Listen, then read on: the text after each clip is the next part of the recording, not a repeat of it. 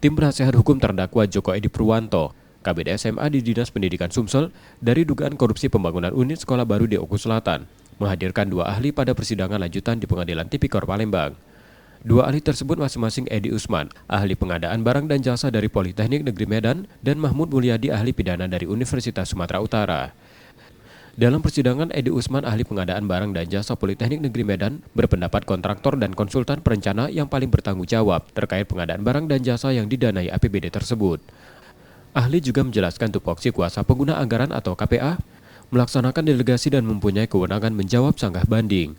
Sementara Mahmud Mulyadi, ahli pidana Universitas Sumatera Utara, menyebut niat kejahatan tidak terbentuk dari pembantu kejahatan. Karena kan hukum pidana itu masuk ke dalam parameter pasal 2 pasal 3 itu dengan ultimum remedium. Kenapa ultimum? Karena memang ukuran-ukurannya itu domain yang terjadi itu bukan di bidang hukum pidana. Makanya tadi penjelasan Pak Edi soal positioning, pengelola pengadaan, ada BA, KPA dan sebagainya itu kan bukan orang pidana yang menentukannya. Nah, itu. Kuasa hukum terdakwa berharap keterangan ahli jadi pertimbangan hakim dalam memutuskan perkara.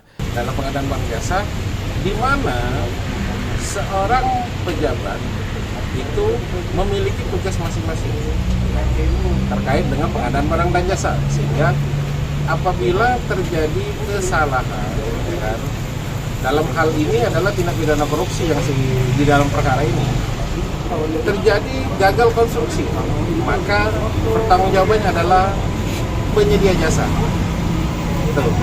Dan juga ahli segera menyampaikan bahwa ini adalah sebelum kita masuk ke ranah pidana, ada ranah administrasi yang harus diselesaikan terlebih dahulu. Joko Edi Purwanto menjadi terdakwa atas dugaan korupsi pembangunan unit sekolah baru selaku kuasa pengguna anggaran atau KPA di SMA Negeri 2 Buaya Pemacak Kabupaten Oku Selatan dengan nilai kontrak 2,2 miliar rupiah tahun 2022. Yudi Kiswanto, Kompas TV, Palembang, Sumatera Selatan.